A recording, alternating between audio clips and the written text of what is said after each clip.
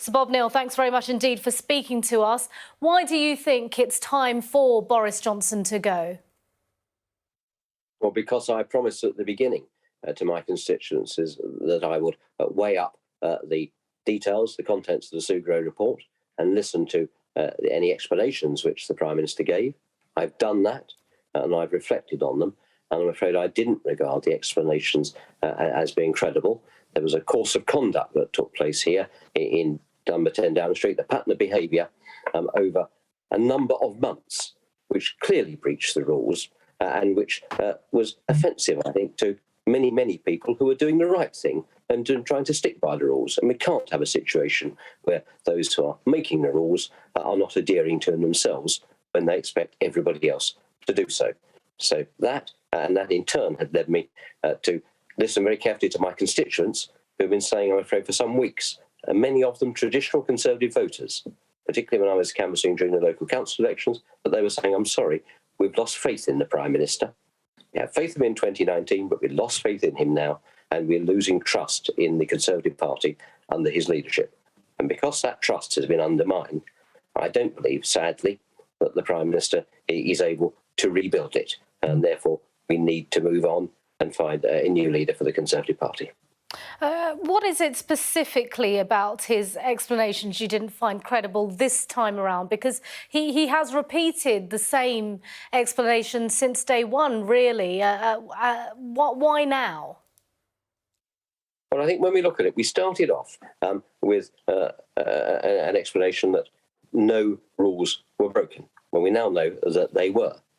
Then we've found an explanation that, well, we didn't believe they were being broken. I don't accept that anyone could reasonably have thought that it was in the rules to have a leaving party. That seems to be the suggestion. I don't think most people regard that as being credible. I know quite a number of people who left work, who changed jobs during the lockdown. They didn't have leaving parties. They perhaps said farewells on Zoom, or they postponed the get-togethers until such times as the restrictions were lifted. So that doesn't, I think, hold water. And I don't accept that there could have been this course of conduct without the Prime Minister having been aware at least of a great deal of what was happening, if not every single thing. So that's where I'm left in terms of my assessment of the credibility. And that in turn leads me to my assessment that the trust that sadly has been lost, it's a shame because he's a man of very real talents in many ways. And I've nothing against him personally. We've always got on well. But once the trust is lost, it not only damages the Conservative Party, but actually damages politics as a whole. And that's even more significant. And you mentioned there that your constituents also have lost faith in this Prime Minister. You mentioned, you know, he's a talented man. A lot of people fond of his character, but clearly a lot of your constituents telling you enough is enough. That's it. That's the reading that I've taken from this. Now, I speak only for myself. Every MP has to come to their own conclusions on that. But these are people who have been the bedrock of Conservative support for years. And when they say that, they're usually not far off the money, I'm sorry to say.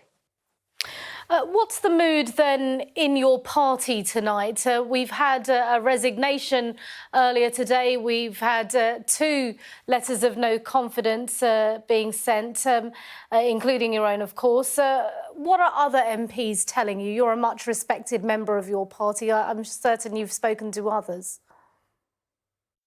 Well, I've no doubt that a number of my colleagues are very concerned at the situation, as I am.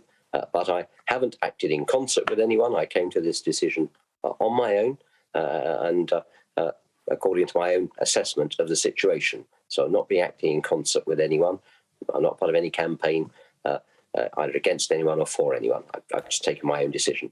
I'm sure that there are others that feel equally troubled, but how they choose to act thereafter, what steps they take, that I respect is their right to decide on. Do you think we could expect more letters of no confidence? Well, I gotta say, I can't predict, but there is clearly still real unhappiness amongst many Conservative MPs. I think it is that loss of trust that people are finding.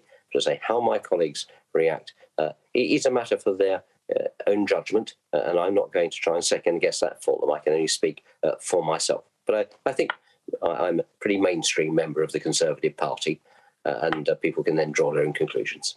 What would you like to say to Prime Minister Boris Johnson tonight, now that you've handed in this letter of no confidence? What is your message to him? That Boris had done great service to this country.